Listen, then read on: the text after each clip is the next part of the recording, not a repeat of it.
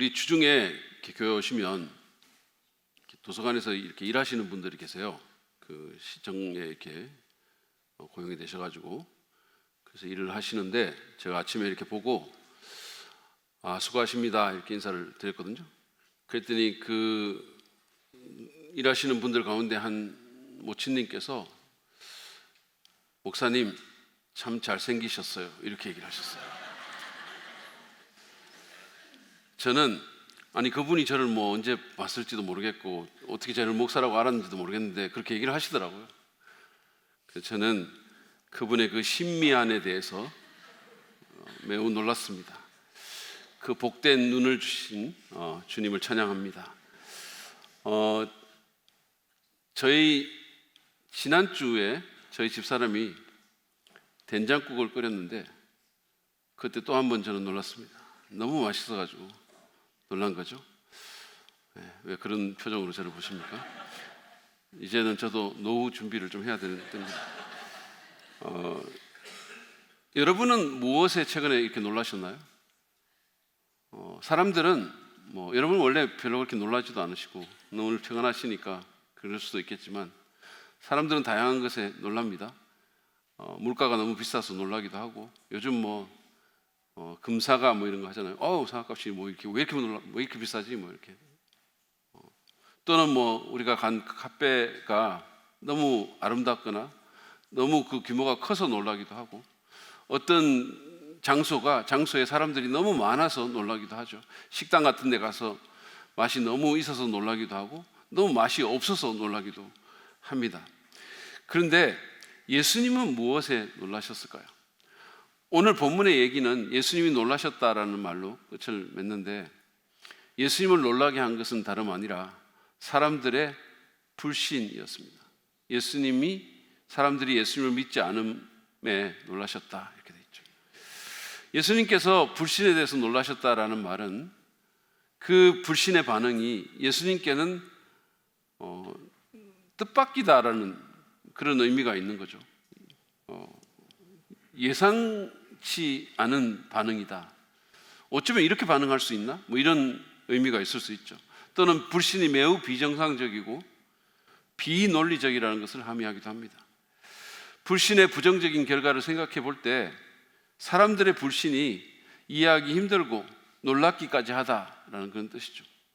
존 메가드 목사님은 우리가 신앙의 힘 또는 신앙의 그 파워가 강력할 뿐만 아니라 불신의 힘도 매우 강력하다라고 그렇게 말을 하면서 인류 첫 조상인 아담과 하와의 불신이 온 세상을 저주에 빠뜨렸고 이스라엘 민족의 불신은 그들을 광야에서 40년 동안 방황하게 했고 출애굽 1세대는 약속의 땅에 들어가지도 못하고 죽게 만드는 그런 힘을 발휘했다라고 지적을 합니다. 근데 여러분 그뿐입니까?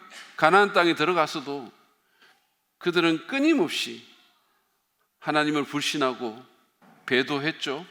그래서 계속 그 불신이 거듭해서 하나님의 심판을 불러왔고 결국은 온 나라가 불길에 휩싸이고 그들이 바벨론이라는 이방 나라에 가서 포로로 잡혀가는 그런 비극적인 결과를 가졌습니다. 예수님은 불신이 사람을 그냥 불행하게 만드는 정도가 아니고 예수님을 믿지 않는다는 것은 그 사람을 천국에 들어가지 못하게 만들고 하나님의 심판에 이르게 만드는 위험한 것임을 너무 잘 아셨습니다.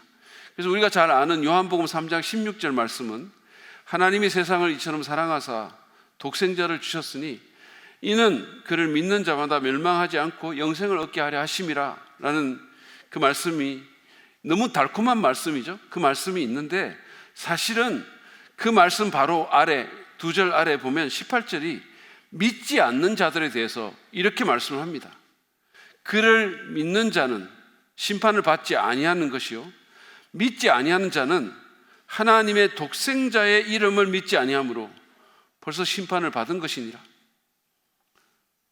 독생자의 이름, 그 이름이라는 것은 예수님의 모든 존재와 행위를 대표하는 거잖아요. 하나님의 아들 되시는 그 예수님께서 우리를 위해서 인간이 되셔서 이 땅에서 우리를 위해서 십자가에 못 박혀 죽으신 그 엄청난 희생과 그 사랑을 거부하고 배척하고 그것을 믿지 않는 사람은 이미 심판을 받은 것이다, 심판 아래 들어갔다라고 말씀합니다. 이처럼 불신의 부정적인 결과를 예수님께서 아셨기 때문에 예수님은 그것에 대해서 놀라움을 표시한 것이죠. 저는 오늘 마가복음 6장 1절부터 6절 말씀의 본문을 통해서 예수님을 놀라게 만든 이 불신과 연관된 교훈을 여러분과 함께 나누기를 원합니다. 먼저 본문의 내용을 좀 같이 살펴보도록 하겠습니다. 오늘 본문의 배경은 나사렛입니다. 1절 말씀을 한번 보시죠. 예수께서 거기를 떠나서, 거기는 가브나움입니다. 거기를 떠나서 고향에 가시니 제자들도 따라갔다. 이 가브나움은 예수님의 갈릴리 사역의 센터와 같은 곳이고, 나사렛 바다, 갈릴리 바다 북쪽에 있는 곳이죠. 근데 그곳을 떠나서 제자들과 함께 자기 고향에 갔다라고 되어 있습니다. 여러분, 예수님의 고향이 어디입니까? 예수님이 태어난 곳을 말을 하자면 베들레헴이라는 곳이죠. 떡집 또는 빵집, 하우스 오브 브레드라는 뜻입니다. 근데 이곳은 예수님에게 있어서 그냥 정말로 태어난 곳 정도의 의미만 있는 겁니다. 왜냐하면 헤롯의 위협 때문에 예수님이 태어나신 후에 바로 애굽으로 피신하셔가지고 그 이집트에서 한 1년 정도 사시다가 요셉과 마리아의 고향인 나사렛으로 올라가서 거기서 쭉 성장하셨죠, 예수님께서. 따라서 예수님은 지도를 한번 보여주시죠. 여러분, 그 나사렛을 궁금해하시는 분이 있을 것 같아가지고. 예. 이 정도 떨어져 있습니다. 그러니까 가브나움에서 나사렛이 한 35km 정도 떨어져 있는 곳인데요. 어쨌든 자, 예수님은 나사렛을 당신의 고향으로 이렇게 생각하셨을 것이고 다른 사람들도 마찬가지였을 겁니다. 그래서 예수님을 나사렛 예수라고 이렇게 부르기도 하고, 그죠? 빌립도 요한복음에 보면 예수님을 나사렛 출신이다라고 이렇게 소개를 합니다. 이 나사렛이라는 곳이 예수님 당시에는 인구가 한 300명 정도 이렇게 되는, 아무리 많아도 500명이 안 되는 그런 작은 마을이었습니다. 그리고 구약 성경이나 탈무드나 또는 유대 역사가인 요세푸스의 글에 전혀 나오지 않는 정말 보잘것없는 무명의 작은 마을입니다. 그래서 나다나엘이라는 사람이 예수님에 대해서 이렇게 소개를 하는 빌립에게 나사렛에서 무슨 선한 것이 날 수 있겠냐 이렇게 경멸조로 대답을 했던 거죠. 이 작은 고향 마을에 예수님이 제자들과 함께 오셨습니다. 그 말은 예수님이 랍비로서 오셨다라는 거죠. 가브나움에서 이렇게 35km가 떨어져 있으면, 남서쪽으로 떨어져 있으면 이거는 꽤 먼 거리에, 요즘처럼 차가 있는 게 아니잖아요. 그런데 그 먼 거리를 예수님이 오셨는데 왜 오셨을까요? 뭐 본문은 그 이유를 구체적으로 밝히고 있지는 않습니다. 지금도 이게 있는지는 모르겠는데 미국의 LA에 가면 추억의 고향교회라는 이름의 교회가 있었어요. 이게 교회 이름이라기보다는 약간 주점 이름 같은 느낌이 드는 추억의 고향교회. 아마도 그 이민자들이, 그 교인들이 교제 시간에 고향이 그리워도 못 가는 신세 뭐 이런 노래를 부르면서 고향을 그리워하지 않았을까? 이런 느낌적인 느낌이 들어요. 아마도 사람들이 그런 노래를 부르면 어떤 분은 주여 그리고 주임새를 넣었을 수도 있다라는 생각이 듭니다. 여러분, 예수님이 고향이 그리워서 가셨을까요? 근데 맥락을 보면 그건 아닌 것 같아요. 참고로 이것이 예수님의 공생애 중에 나사렛을 마지막으로 방문한 얘기입니다. 그 누가복음 4장에 보면 그 전에 한번 가셨거든요. 가셔서 이사야서 61장을 읽고 그 말씀이 자신에게 임하셨다라고 하면서 당신께서 메시아 되심을 이렇게 나타내신 적이 한 번 있는데, 그 이후에 이제 이것이 마지막이고 다시는 나사렛을 방문하지 않으십니다. 2절에 보면요, 예수님은 이때 안식일에 그곳에 회당에 들어가서 가르치셨습니다. 예수님은 이미 갈릴리 전역에서 위대한 교사로서 또는 권위 있는 교사로서 치유자로서 명성을 얻으셨는데, 이날은 감회가 좀 특별했을 것 같아요. 왜냐하면 당신께서 자라나신 그 마을의 회당이었기 때문입니다. 이제 랍비가 돼서 제자들을 거느리고 오셨으니까 감회가 좀 새로웠겠죠. 저도 몇 년 전에 제가 어릴 때 다녔던 고향교회에 가서 설교를 한 적이 있습니다. 고신측 교회인데 중등부 때 부회장에 나온 한 여학생 때문에 회장 선거에 나갔다가 떨어진 교회입니다. 주일학교 때는 암송대회에 나갔다가 또 떨어지기도 한 나름대로 아픈 기억이 있는 그런 교회인데, 그래서 제가 어릴 때 이렇게 자라난 교회니까 목사가 돼서 새롭게 간다라는 생각을 하니까 감회가 아주 새로웠습니다.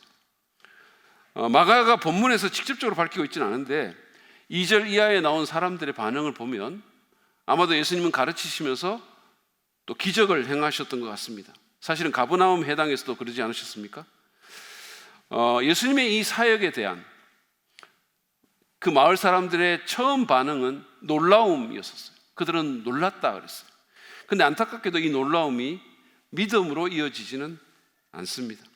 2절 3절에 보면 그들이 예수님께 한 6개의 수사적 질문이 나옵니다.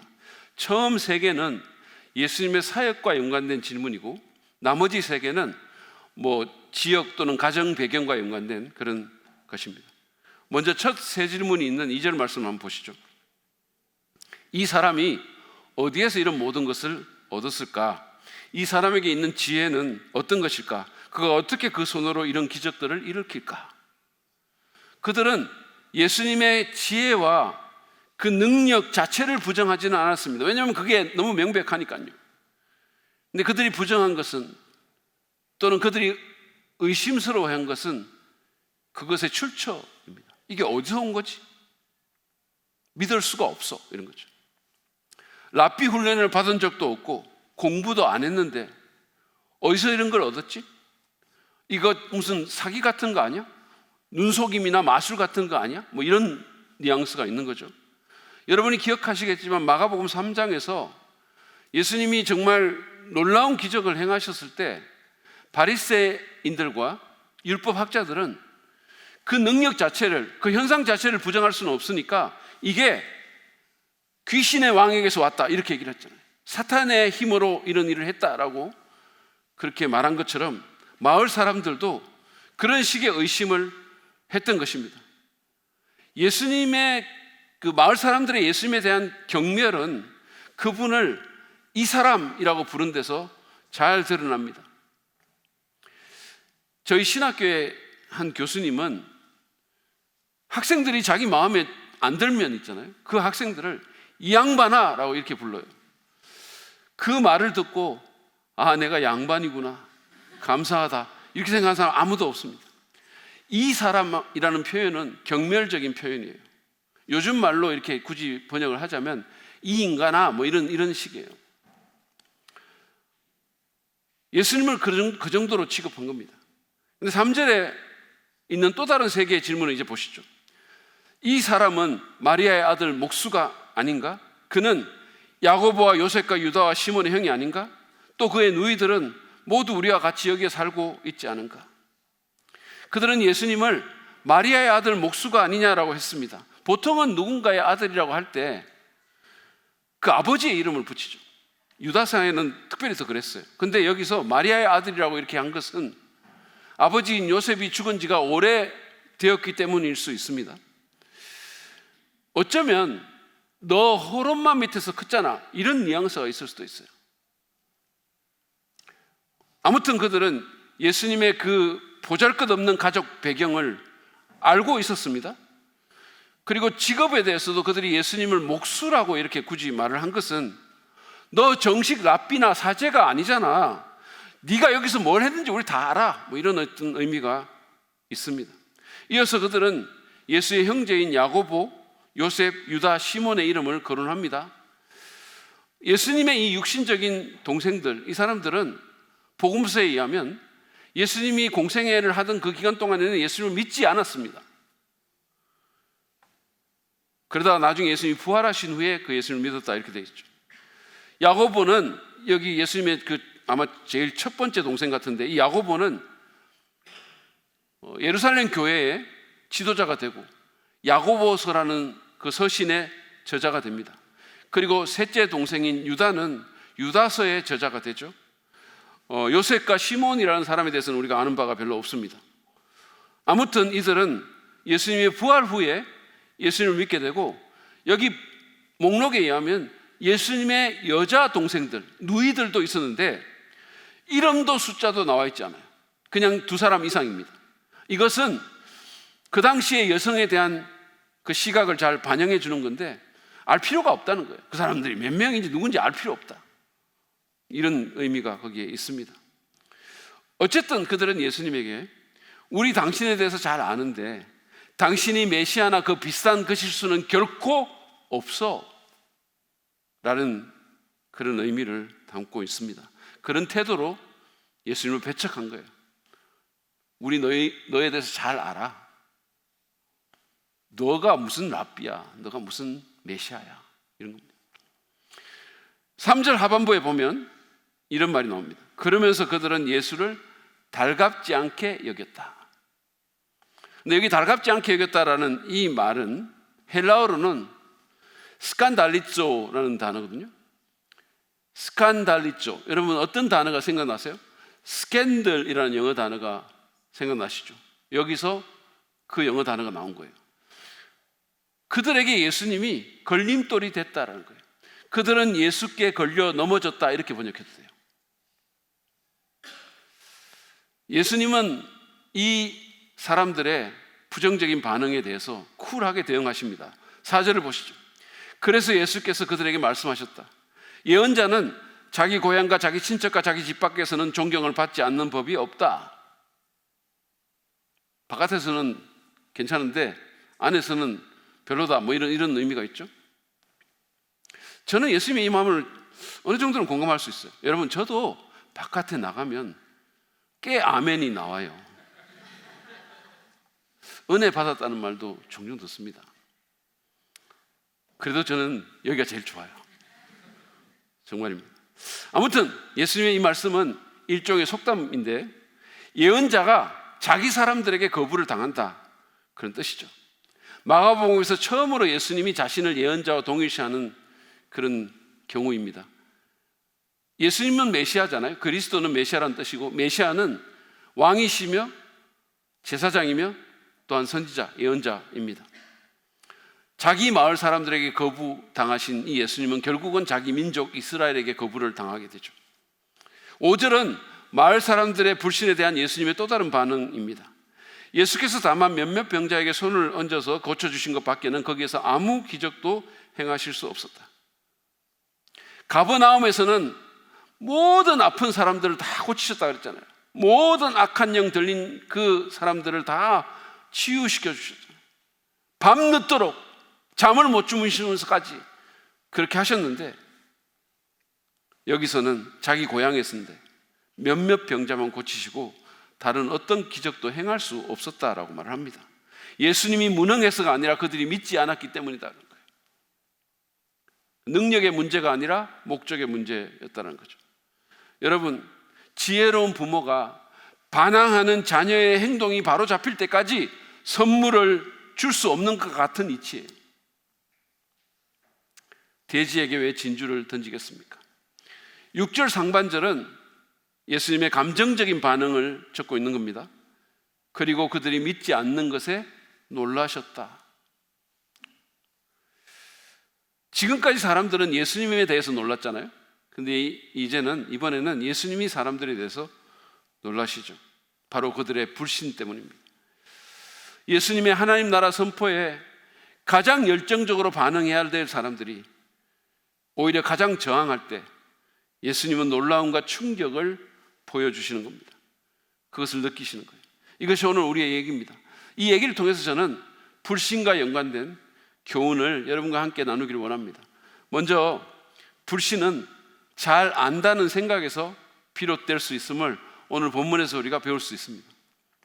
예수님을 믿지 않는 것 또는 하나님을 믿지 않는 것, 이것이 내가 좀 안다라는 그런 생각에서 비롯될 수 있다는 거죠. 여러분, 오늘 본문을 보면 이 나사렛 사람들은 예수님을 누구보다 잘 안다고 생각했어요. 왜냐하면 30년 정도를 거기서 같이 살았으니까요. 여러분, 인구 300명 정도 되는 곳에서 30년을 살면 모를 게 뭐가 있겠어요? 인간적으로, 그죠? 그들은 예수님이 어릴 때 마을 아이들과 막 놀이를 하면서 그러다가 넘어져서 우는 것도 봤을 거고, 막 한창 클 때 막 배가 너무 고프셔가지고 개걸스럽게 음식 먹는 것도 봤을 거고, 몫으로서 땀을 흘리면서 대패질을 하는 것도 봤을 겁니다. 가족 관계도 다 알고 있고, 그 집이 얼마나 가난한지, 얼마나 비천한지도 다 알고 있었어요. 요셉이 죽었을 때도 예수님이 어떻게 슬퍼했는지도 다 알 거 아닙니까? 예수님이 공적인 교육을 받지 않은 것도 다 알고 있었어요.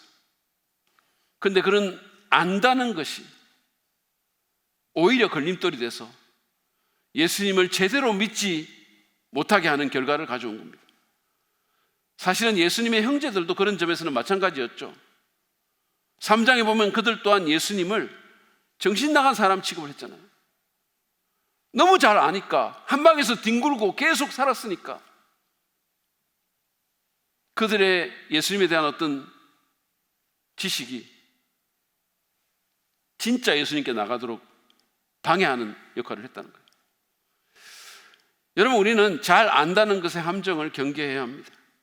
그것이 불신앙을 유발할 수 있어요. 예수님에 대한 또는 기독교에 대한 우리의 어설픈 지식이 오히려 예수님을 제대로 믿지 못하게 만들 수 있다는 거예요. 영어 속담에 익숙함은 경멸을 낳는다라는 그런 속담이 있어요. 너무 익숙해서 오히려 평가절하해버리고 경멸하고, 이것은 예수님에 대해서도 마찬가지입니다. 여러분, 지금 미국을 포스트 크리스천 국가라고 얘기를 하거든요. 이 포스트라는 말은 이후라는 뜻이에요. 우리가 포스트 모더니즘이라고 말하면 근대주의 이후 이런 뜻입니다. 모더니즘 이후. 그러니까 포스트 크리스천이라는 말은 기독교가 이미 지나갔다는 거예요. 그 이후가 됐다는 거죠. 더 이상 기독교 국가가 아니라는 뜻입니다. 실제로 많은 미국인들이 다른 종교에 기이하거나 무신론적 캠프로 이렇게 갑니다. 근데 그런 사람들 가운데 높은 비율을 차지하고 있는 사람들이 누구냐 하면 과거에 교회에 나갔던 사람들이라는 거예요. 그 말은 그들이 기독교에 대해서, 교회에 대해서 또는 예수님에 대해서 나름의 지식이 있다는 거죠. 익숙하다라는 거예요. 근데 아이러니하게도 이런 것들이, 그 익숙함이 또는 그들의 어떤 지식이, 그 관습에 대한 어떤 알미, 그들로 하여금 오히려 기독교를 경멸하고 떠나게 만드는 요인이 된다는 거예요. 좀 안다고 생각하니까 진짜 제대로 알아보려 하지 않고 자기 나름대로 판단해서 불신의 선택을 하는 거죠. 기독교는 아니까, 주일학교 때, 청소년 때 경험했으니까, 문화적으로, 간섭적으로 아니까 아예 제쳐놓고 다른 종교나 신학을 탐구해서 거기 빠지게 된다는 거예요. 여러분, 우리나라에도 이런 사례가 없다고 할 수가 없는 거예요. 교회 안에 모태신앙 강조하고 직분이나 신앙의 연륜을 덜먹거리지만 실상 예수님을 제대로 알지 못하는 사람들이 적지 않습니다. 나름 예수님에 대한 지식이 있다고 하지만, 성경도 읽고 설교도 들었다고 하지만 정작 그분을 하나님의 아들로 인정하지 않고 그분이 행하신 그 십자가 은혜를 내 것으로 받아들인 적이 없고 그분을 내 개인의 구주와 주님으로 믿지 않는 사람들이 있는 거예요. 예수님을 인격적으로 만난 적도 없고 예수님과 생명의 교제를 나눈 적도 없고 거듭남의 경험도 구원의 확신도 없는 겁니다. 십자가의 그 뜨거운 은혜가 그냥 차가운 이론으로 있는 거예요. 객관화되어 있고 내 것이 아니고 그냥 지식으로 있는 거예요. 지식이 있다고는 하지만 편파적인 지식 또는 관습에 의거한 그런 지식이 오히려 불신앙으로, 예수님에 대한 배척으로 이어지는 역설적인 상황이 벌어진다는 겁니다.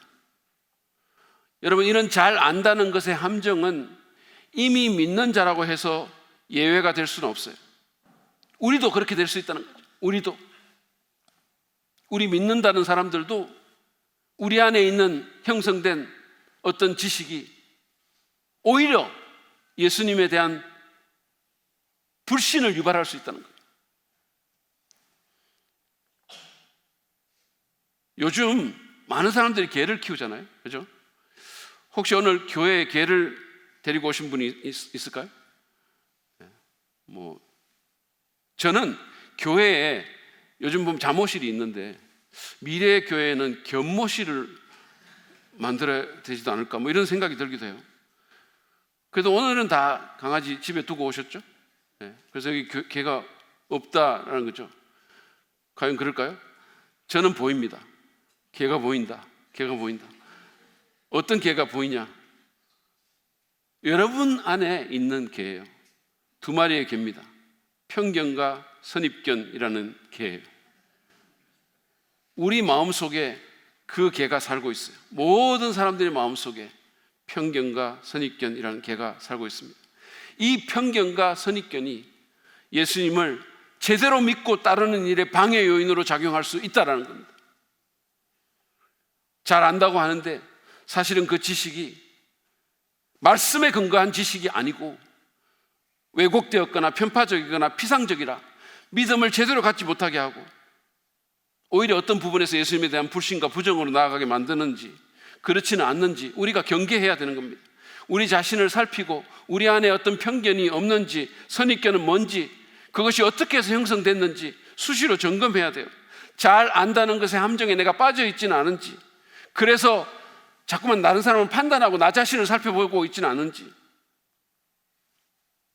익숙함이라는 것이 예수님에 대한 경외심을 꺾어먹고 오히려 그분을 나의 주 나의 왕으로 믿고 섬기는 것을 방해하지는 않는지 살펴봐야 돼요. 내가 다 안다고 생각하거나 또는 나만이 옳다 또는 내가 다 옳다라는 그런 생각하지 말고, 여러분 다른 사람의 말도 듣고 무엇보다도 성경에 비추어서 판단해야 되는 거예요. 성경에 비추어서. 그리고 언제나 겸손한 자세로 배우고 알아감으로써 더 온전하고 충만하고 헌신된 믿음을 가지는 우리 모두가 되기를 바랍니다. 두 번째로 오늘 또 우리가 배울 수 있는 것은 불신이 초자연적인 축복을 걷어차는 일이다라는 거예요. 우리가 예수님을 안 믿기로 선택하는 것은 초자연적인 축복을 걷어차는 것과 같다는 거죠. 오늘 본문에 나오는 나사렛 사람들은 자기들의 불신으로 인해서 엄청난 축복을 놓쳤습니다. 마가는 그들이 믿지 않았기 때문에 예수님께서 그들 가운데서 기적을 행하실 수 없었다라고 분명히 말을 하죠. 여러분, 그들이 놓친 축복을 한번 상상해 보세요. 만약에 그들이 마가복음 5장에 나오는 야이로나 또는 혈루병 걸린 여자처럼 그렇게 믿음으로 반응했다면 어떤 일이 일어났을까요? 어떤 결과가 있을까요? 그들의 삶이 긍정적으로 변화되는 것은 말할 것도 없고, 그들의 영원한 운명이 바뀌는 것은 말할 것도 없고, 그 작은 마을이 낙원처럼 되지 않았을까요? 아픈 사람들이 낫게 되고, 악한 영들이 쫓겨가고, 귀신의 영향력이 현저하게 감소되고, 수많은 사람들이 구원받고 하나님의 나라가 그들 가운데 임하는 그런 축복이 그들 가운데 있지 않았을까요? 그랬을 것입니다. 근데 그걸 걷어찬 거죠. 예수님을 믿지 않기로 선택함으로써. 여러분, 자기에게 오는 축복을 걷어차는 것은 참으로 어리석은 일입니다. 이를테면 정재영 전도사님이 사랑 믿는 교회의 교육자라는 이 축복을 걷어차고 가버린 것이 대표적인 예예요. 뭐가 그렇게 급한지 3월 3일 날 급하게 그냥 떠나갔기 때문에 한 10일 후에 3월 14일 자기 생일인데 그 생일도 그냥 놔두고 그냥 가가지고 생일 선물도 못 받았던 거예요. 여러분 중에는 아니 목사님 그거 아시면 카톡으로 주면 되지 않냐고 이렇게 얘기하시지만 저는 안 줍니다. 그는 이미 모든 축복을 걷어찼기 때문이에요. 광양에서 무슨 초심을 회복하고 열정적으로 주님을 섬긴다고 하지만 다 소용없어요. 흥칫뿡입니다. 제가 이거 지난주에 얘기 말씀드리니까 어떤 분이 뿡 다신 분이 있어요. 하나님께서 그분을 대대손손 축복하시기 바랍니다. 우리 정재영 전도사님은 앞으로 제 설교 가운데 한 10번은 더 나올 수 있어요. 여러분 그거 아세요? 올드보이라는 영화 아시죠? 저는 그 영화 안 봤는데 뭐 상당히 유명한 영화잖아요. 뭐 칸 영화제에서 이렇게 그랑프리 상도 받고 막 엄청나게 이렇게 세계적으로 알려진 영화인데, 그 영화가 그 주인공이 최민식 씨하고 원래는 한석규 씨가 하도록 돼 있었던 거예요. 근데 이 한석규 씨가 그걸 거부를 해가지고 그게 유지태라는 배우한테 갔다는 겁니다. 여러분, 한석규 씨가 나중에 이 일이 다 일어나고 나서 자기가 그거를 걷어찼다는 것, 그거 후회스럽지 않았을까요? 자기가 세계적으로 알려지고 인정받을 수 있는 기회를 걷어찬 건데, 여러분, 한석규 씨가 얼마나 연기 잘합니까? 그러니까 아마 제 생각에는 상도 많이 받았을 수 있고, 그리고 영화가 자체가 좀 달라질 수 있다는 생각이 들어요. 근데 그 모든 것을 자기 스스로 그냥 거부한 거잖아요. 얼마나 안타깝습니까? 많이 후회했을 것 같아요. 그런데 불신은 그런가는 비교할 수 없이 안타깝고 어리석은 겁니다. 그것은 하나님께서 주시는 초자연적인 축복, 그 엄청난 기회를 스스로 걷어차는 것이기 때문이에요. 불신은 바보 같은 선택입니다. 예수님은 그 불신의 충격을 받고 놀라셨어요. 불신은 삶 가운데서 하나님을 차단하고 전능하신 자의 도움 없이 혼자 남겠다는 뜻입니다. 칼빈이 말한 것처럼 믿음 없는 자들은 그들의 완고함으로 하나님의 손을 묶는 것입니다. 여러분, 불신은 천국이 아니라 지옥을 선택하고, 하나님이 아니라 사탄을 선택하고, 거룩이 아니라 죄를 선택합니다. 그것은 빛이 아니라 어둠을 선택하고, 하나님의 개입 없이 어둠의 나라에서 그냥 내 길을 가겠다는 말이에요. 그런 선언입니다. 물론 예수님을 믿지 않는 분들이, 믿지 않기로 선택하는 분들이 그 모든 함의를 다 모를 수는 있어요. 그렇지만 결국은 그런 의미가 된다는 거예요. 이미 예수님을 믿는 사람들도 마찬가지예요. 우리가 어떤 상황에서 주님과 그분의 말씀을 온전히 믿지 않고 그냥 내 경험대로, 내 생각대로 그냥 살기로 원한다면, 그런 선택을 한다면 그것은 불신을 선택한 것이고, 그러면 그것은 그 상황에서 하나님을 차단하고 나 혼자 가겠다라는 그런 선언을 한 것입니다.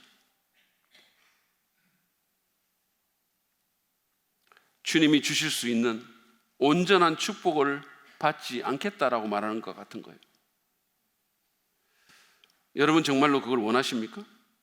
여러분은 하늘에 속한 신령한 축복을 받고 싶지 않습니까? 여러분은 사랑과 기쁨과 화평과 인내와 친절과 선함과 신실과 온유와 절제의 그 열매를 맺기를 원치 않습니까? 여러분은 기도가 응답되기를 원하지 않습니까? 여러분은 초자연적인 지혜, 섭리적인 인도, 살아있는 소망, 무조건적인 사랑, 천국의 약속, 지식을 뛰어넘는 평안을 원하지 않으십니까? 하나님은 이 모든 것을 우리에게 주기를 원하시는 거예요. 아니, 하나님은 하나님 자신을 우리에게 주시기를 원하십니다. 그분은 예수 안에서 우리 인생 여정 가운데 들어오셔서 우리와 함께하며 동행해 주시겠다고 하십니다. 이거보다 더 큰 축복이 어디 있으며 이거보다 더 큰 기회가 어디 있습니까? 페이스북의 최고 운영 책임자였던 셰릴 샌드버그라는 여성 기업가죠. 이분이 이런 얘기를 했어요. 누군가가 우주선 자리를 준다고 하면 어느 좌석이냐고 묻지 말고 그냥 올라타라. 멋진 말이죠. 중요한 기회가 온다면 쓸데없는 거 따지지 말고 그거 붙들라는 거예요. 여러분, 하나님은 우리의 고단한 인생길 가운데 찾아오셔서 천국으로 향하는 우주선 자리를 우리에게 주기를 원하십니다. 그 우주선은 이 땅에서 하나님 나라를 경험하게 하고 우리를 마침내 천국으로 데려다 줄 것입니다. 그 기회를 스스로 걷어차지 마시기를 바랍니다. 불신은 이 모든 초자연적인 기회와 축복을 거부하는 어리석고 위험한 일입니다. 여러분 가운데는 왜 꼭 믿어야 그렇게 되냐고 말할지 몰라요. 예수님께서 마태복음 7장 6절에서 여기에 대한 대답을 하셨어요. 거룩한 것을 그에게 주지 말고 너희의 진주를 돼지 앞에 던지지 말아라. 그들이 발로 그것을 짓밟고 되돌아서서 너희를 물어뜯을지도 모른다. 믿지 않는다는 것은 하나님이 주시는 축복의 가치를 모른다는 얘기입니다. 가치관이 뒤집어지는 거니까. 줘봤자 아무런 소용이 없다는 거예요. 오히려 더 위험해질 수도 있다는 거죠. 예수님께서 왜 그런 일을 하시겠습니까? 여러분, 불신의 위험과 어리석음을 인식하고 그것에서 돌아섭시다. 내 편견과 선입견, 내 지식의 한계를 인정하고 완고함을 버리는 우리가 되기를 바랍니다. 겸손히 마음을 열고, 아직 예수님 믿지 않는 분들은 예수 그리스도를 내 구주로, 주님으로 받아들이십시오. 여러분 인생의 최고의 선택입니다. 그리고 이미 믿는 분들도 나의 선입견을 내려놓고 성경 말씀에 근거해서 예수 그리스도를 계속해서 알겠다고, 그리고 제대로 믿겠다고 결단하시기 바랍니다. 여러분, 요한복음 3장 36절에 이렇게 말씀합니다. 누구든지 아들을 믿는 사람은 영원한 생명을 소유하게 되지만 아들을 믿지 않고 거절하는 사람은 영원한 생명을 얻지 못하고 오히려 하나님의 형벌을 받게 된다. 얼마나 엄중합니까? 얼마나 안타깝습니까? 이미 예수님 믿는 분들은 예수님을 믿지 않는 것의 위험과 어리석음을 인지하지조차 못하고 그냥 하루하루 살아가는 여러분의 가족과 사랑하는 지인을 위해서 여러분 기도하고 그분들에게 복음을 전하고 예수님을 알리십시오. 그들이 예수님을 믿음으로써 하나님께서 주시는 모든 초자연적인 축복을 경험할 수 있도록 도와주세요. 그렇게 하시기 바랍니다. 저를 포함해서 우리 모두가 하나님의 영원한 형벌보다 그분이 주시는 영원한 생명을 누리며 살기를 원합니다. 이 생과 다음 생에서 하나님의 온전한 영향력 가운데 그분의 그 사랑과 능력 가운데서 살아가기를 원합니다. 불신을 버리고 믿음을 선택하십시오. 믿음으로 예수 그리스도와 그분의 모든 초자연적인 선물을 받아 누리시기 바랍니다. 순간순간, 우리 삶의 순간순간 선택마다 믿음으로 반응하시기 바랍니다. 그리고 아직 예수님 믿지 않는 분들은 제가 간곡히 호소합니다. 예수 그리스도를 여러분의 주님으로 영접하십시오. 그리고 날마다 그분을 믿고 신뢰함으로써 그분의 주권 가운데서 하나님만이 주실 수 있는 축복을 누리는 여러분 되시기를 축복합니다.